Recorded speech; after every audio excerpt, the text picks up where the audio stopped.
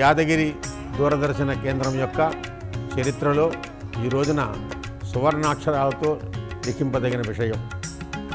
ఎందువలనంటే సంస్కృతంలో అవధానం.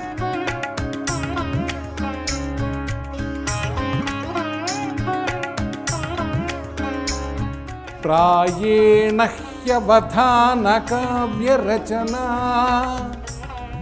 సాహిత్య హింసా ఖలు. సాహిత్య రచన అనేది సమాజహితంగా చేయడం అనేది సంప్రదాయము. కానీ అవధాన సాహిత్య రచన హింస కొరకు కదా అని వారికి సమస్యగా శార్దూలాన్ని వదిలేరు. శార్దూలవాహిన్యాః కృపాయాం శార్దూలం కిం కరోతి మామితి. ఓహో, సమీచీనం.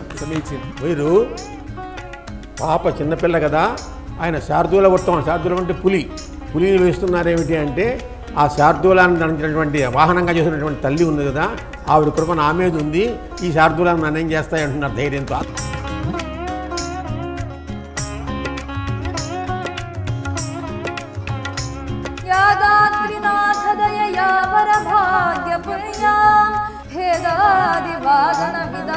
పండితోథ మాధుర్య పూరిత గిరాచ ప్రసారమానః